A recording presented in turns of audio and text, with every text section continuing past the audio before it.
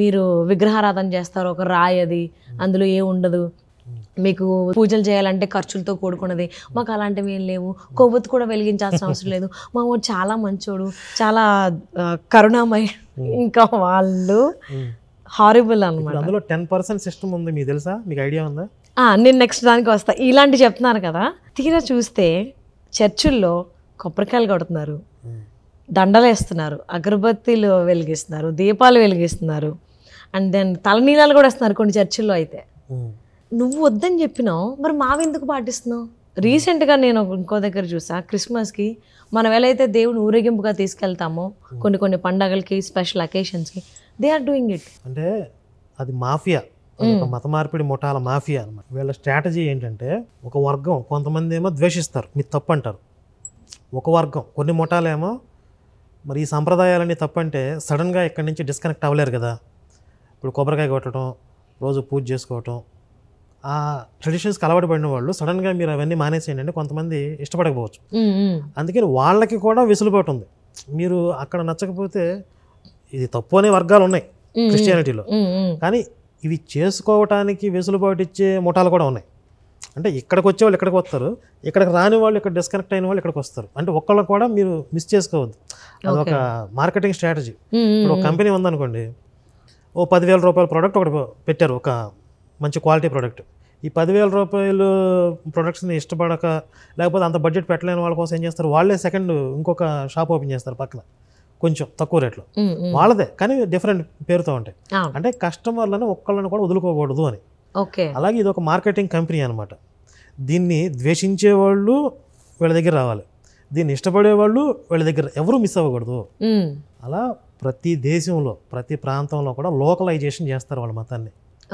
స్థానికీకరణ అంటారు. స్థానిక ఆచారాలతో వాళ్ళ దేవుడిని కలిపేసి, వాళ్ళ మతాన్ని కలిపేసి, వాళ్ళకు ఒక సిద్ధాంతాలు అంటూ ఉండవు, వాళ్ళకు ఒక పూజా విధానాలు అంటూ ఉండవు, వాళ్ళ బైబిల్లో ఎక్కడ ఉండదు దేవుడిని ఇలా ఆరాధించాలని, లేకపోతే ఈ సంప్రదాయాలు ఉంటాయని. కానీ అన్నీ కాపీ కొట్టడం, అరువు తెచ్చుకోవటం, మిక్సింగ్ చేసేయటం, కిచిడీ చేయటం. అంటే హిందువులందరూ ఏం పాటిస్తారు, పూజలు డైలీ ఎలా చేస్తారు, అకేషన్స్ వైజ్ ఎలా చేస్తారు, వ్రతాలు ఎలా చేస్తారు అందరికీ తెలుసు. కానీ క్రిస్టియన్స్ దాని నుంచి తీసుకొని కొన్ని పాటలు కూడా మనం వింటూ ఉంటాం. మనది ఎలా అయితే విష్ణు సహస్రనామం కావచ్చు, లేకపోతే సుప్రభాతం కావచ్చు, సేమ్ జస్ట్ మన దేవుడిది పేరు తీసి వాళ్ళ దేవుడి దాంట్లో ఇన్బిల్డ్ చేసి ప్లే చేస్తూ ఉంటారు. యేసు సహస్రనామావళి, యేసు భగవద్గీత అన్నీ వచ్చినాయి ఇప్పుడు. అదే అన్న, అన్నీ ఉన్నాయి, కానీ అవన్నీ ఎవరివి? మనవి. మీకు ప్రపంచంలో ఏ ప్రోడక్ట్ వచ్చినా చైనా వాళ్ళు దానికి కాపీ రిలీజ్ చేస్తారు. అట్లాగే ప్రపంచంలో ఏ పూజా విధానాలు ఎక్కడ సక్సెస్ అయినా దానికి కాపీ కొట్టేది ముందు క్రిస్టియన్ మతం. అసలు ఇంతకు మించినటువంటి మార్కెటింగ్ వ్యవస్థ ఈ భూగోళంలో ఎక్కడ దొరకదు.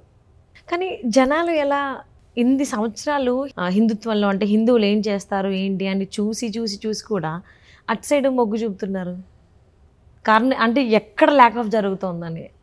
మొగ్గు చూపించడం కాదు, అది ప్రలోభాలకి గురవుతున్నారు. మార్కెటింగ్ స్ట్రాటజీలకు పడిపోతున్నారు కొంతమంది, అందరూ పడిపోవట్లేదు. ఇప్పుడు వాళ్ళు ఎన్నో వందల సంవత్సరాల నుంచి ప్రయత్నం చేయగా ఇప్పుడు ఏదో కొద్దిమంది, ఓ 10% మందిని వాళ్ళు మతం మార్చగలిగారు ఇన్ని వందల సంవత్సరాల్లో. అది కాస్త బలహీన మనస్తత్వం ఉన్నవాళ్ళు, ఏదో ఆశలకి ప్రలోభాలకి లొంగిపోయేవాళ్ళు, రాత్రే మా జీవితాలు తారుమారైపోతాయి అనుకునేవాళ్ళు, అద్భుతాలు జరుగుతాయని ఆశించేవాళ్ళు, ఇలాంటి వాళ్ళు. మీరు రోజు న్యూస్ పేపర్లో చూస్తూ ఉంటారు, సైబర్ నేరాలు జరుగుతున్నాయి, ఆన్లైన్ మోసాలు జరుగుతున్నాయి, రోజు న్యూస్ పేపర్లో వస్తున్నాయి. గవర్నమెంట్ దాని మీద ప్రచారం చేస్తుందా? జాగ్రత్తగా ఉండండి అని చెప్పి రోజు మనకి ఫోన్ చేసినప్పుడు కూడా ఇలా మోసాలు జరిగే అవకాశం ఉంది, ఫోన్లు లిఫ్ట్ చేయొద్దు, అదే వస్తుందా? ఇంతగా ప్రచారం చేస్తున్నారా? కానీ ఇప్పటికీ మోసపోయే వాళ్ళు ఉన్నారు. ఎందుకని? మీరు ఇంత పెట్టుబడి పెడితే ఈ లింక్ క్లిక్ చేస్తే మీకు అమాంతం ఒక డబ్బు వచ్చి పడుతుంది అని ఒక మెసేజ్ పెడతాడు. ఆ ఆశకి అట్రాక్ట్ అయిన వాళ్ళు అది వాళ్ళ ట్రాప్లో పడతారు. అలాగే హిందుత్వం, సత్యం, ధర్మం అనేవి సిద్ధాంతాలు ఎంత బలంగా ఉన్నా మీకు మా మతంలోకి వస్తే అమాంతంగా మీకు స్వర్గం ఫ్రీగా వచ్చేస్తుంది, మీ పాపాలన్నీ రద్దయిపోతాయి, రేపు నుంచి మీరు పరిశుద్ధులు అయిపోతారు. అది సత్యమా అసత్యం పక్కన పెట్టేయండి, ఆశ లాటరీ తగిలిద్దని ఆశ. ఈ లాటరీకి ఆశపడేవాళ్ళు, ఇప్పుడు జోదం ఆడి, గుర్రపు పందాలు ఆడి రాత్రి కోటీశ్వరులు అయిపోవాలి మనస్తత్వం వాళ్ళు ఉంటారు కదా, అట్లా రాత్రి నేను పరిశుద్ధుని అయిపోవాలి అనుకునే వాళ్ళు అక్కడికి వెళ్తారు. మళ్ళీ ఆ స్వర్గం తాళం దొరకాలంటే నువ్వు ఇన్ని డబ్బులు పే చేయాలి. అక్కడికి వెళ్ళినాక అక్కడ వ్యవస్థ వేరే ఉంటుంది, సినిమా వేరే ఉంటుంది. అసలు స్వర్గానికి ఆ డోర్కి ఓపెన్ చేయడానికి తాళం ఏదైతే ఉంటుందో అది నీకు దక్కాలి అంటే నువ్వు నాకు ఇంత పే చేయాలి, నువ్వు ఈ పనులు చేయాలి. అది క్యాథలిక్లో ఉంది పూర్వం. వాళ్ళకి స్వర్గంలో సీటు కావాలంటే ఉమ్. వాళ్ళు ఏ రోజు అలా బుక్ చేసుకోవచ్చా? అవి ఏ బస్సులో రోజుకి ఆ బుక్ రోజు చేసుకున్నట్టు. అంటే ఈ రోజు చేసిన పాపానికి ప్రాయశ్చిత్తం జరగాలంటే అంత పే చేయాలి. అవునా? ఏ రోజుకి ఆ రోజు పాపం చేసి దానికి పే చేసుకోవచ్చు. ఓ ఓకే. సో డబ్బులు ఉన్న వాళ్ళందరూ ఆ పాపాలు చేసి తీర్చేసుకోవచ్చు అనమాట. అయితే ఈ రోజు పాపం చేసి అక్కడ పేమెంట్ ఇస్తే రద్దు అయిపోద్ది. క్షమాపణ పత్రం ఇస్తాడు పోపు. ఓ ఓకే. నీ పాపం ఈ రోజు క్షమించబడిందని క్షమాపణ పత్రం ఇస్తాడు అనమాట ఆ పేమెంట్ ఇస్తే. ఓకే. అలా ఉంటుంది అనమాట. అండ్ అంటే ముఖ్యంగా అంటే మన హిందూ దేవాలయాల్లో భక్తులకి కావాల్సినటువంటి సదుపాయాలు లేక విసుగు చెందేలా చేసి అటు సైడ్కి తీసుకెళ్తున్నారు అనేటువంటిది కూడా కొంతమందిలో అభిప్రాయం ఉంది. అంటే దేవాలయ వ్యవస్థలో వాళ్ళు దూరి ఇలా చేస్తున్నారనే. అంటే ఇప్పుడు ఫర్ ఎగ్జాంపుల్ తిరుపతిలోనే చూడండి, సో అది తొక్కేసినట్టు జరిగింది. ఇది కొన్ని పూర్తిగా దేవాలయాల్లో కూడా సో వ్యవస్థ సరిగ్గా ఉండదు, ఉమ్, చాలా అన్స్టేబుల్గా ఉంటుంది. ఉమ్, ఉమ్, ఆ భక్తులకి ఉండాల్సినటువంటి సదుపాయాలు అంటే త్రాగునీరు కావచ్చు, లేకపోతే పంతులు గారు కావచ్చు, కొన్ని చోట్ల అసలు కొన్ని దేవాలయాలకైతే నిత్య కైంకర్యాలు కూడా జరగవు. నిత్య దీపారాధన, ధూపారాధన అది కూడా జరగదు. సో అది అలా ఉందా అంటే ఉందన్నట్టే ఉంటుంది. ఎవరో చుట్టుపక్కల ఉన్నటువంటి భక్తులు వెళ్ళి క్లీన్ చేసి చేయడమే తప్ప అలాగే ఉండదు. అంటే గుర్తించట్లేదు కొంతమంది, ఉమ్. అండ్ ఈవెన్ గవర్నమెంట్ కూడా గుర్తించట్లేదు. సో పాత గవర్నమెంట్ ఏం చేసిందో అందరికీ తెలిసిందే. సో అంటే సదుపాయాలు సరిగ్గా లేక, మనిషికి సదుపాయాలు లేకపోతే ఎక్కడా ఉండలేడు. ఉమ్. సో దేవాలయాలు అటువంటిది దేవాలయాలు కల్పించట్లేదు కాబట్టి, భక్తుల్ని అట్రాక్ట్ చేయట్లేదు కాబట్టి, సో ఏం వెళ్తాంలే గుడికి వద్దులే అని చెప్పేసి అని అంటే ఆ కైండ్ ఆఫ్ మెంటాలిటీలో ఉన్నటువంటి వాళ్ళు అటు సైడ్ మొగ్గు చూపుతున్నారు అని అంటే మీరు ఏమంటారు? పూర్తిగా ఇదే కారణం అని చెప్పలేం. ఉమ్. ఇప్పుడు కొంతమంది అలసత్వం, అశ్రద్ధ వల్ల భక్తులకు అసౌకర్యం కలుగుతుంది అనేది వాస్తవం. ఇది కూడా ధనిక దేవాలయ, ఆదాయం బాగా వచ్చే దేవాలయాల్లో ఉమ్. అక్కడ రాజకీయాలు అన్నీ వచ్చేస్తాయి, పెత్తందారీ వ్యవస్థలు వస్తాయి. చాలామంది పెత్తనం నడవాలనుకుంటారు, రకరకాలుగా ఇన్ఫ్లుయెన్స్ చేయడానికి ప్రయత్నం చేస్తారు. అక్కడ ఈ దరిద్రాలన్నీ తగలాడుతున్నాయి. అయితే ఇందులో అదనంగా ఈ మతం మారిన వాళ్ళు కూడా అందులో దూరుతున్నారు.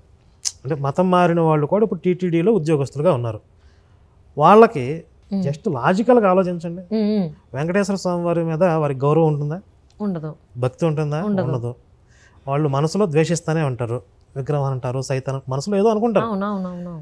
మరి స్వామివారి దర్శనానికి వచ్చే భక్తుల్ని వాళ్ళు ఎలా ట్రీట్ చేస్తారు? తోసేయటము, నడవండి నడవండి అంటే కొంచెం పరుషంగా మాట్లాడడం. ఇప్పుడు మనకి స్వామివారి మీద విపరీతమైన భక్తి భావంలో ఉన్నటువంటి ఒక భక్తుడు అక్కడ విధులు నిర్వర్తిస్తున్నాడు అనుకుందాం. వాళ్ళు ఏం చేస్తారు? వచ్చేటువంటి భక్తుల్ని కూడా చాలా గౌరవ మర్యాదలతో చూస్తారు. ఎందుకంటే విష్ణు భక్తులు వాళ్ళు. భాగవతంలో గోపికలు శ్రీకృష్ణుడికి పరమ భక్తులు, వాళ్ళ పాద ధూళి తీసి నా శిరస్సు మీద పెట్టుకుంటా అంటాడు బ్రహ్మ. అంత భక్తి పరులు వాళ్ళు. అంటే అంత విష్ణు భక్తి అంత గొప్పది అని చెప్పి, మరి అంత గొప్ప వాళ్ళని విష్ణు భక్తులు వస్తున్నారు, మనం వాళ్ళకి సేవ చేసుకోవాలి అనే భావన ఉద్యోగస్తుల్లో ఉండాలి కదా. మతం మారిన వాళ్ళు ఎందుకు ఉంటుంది?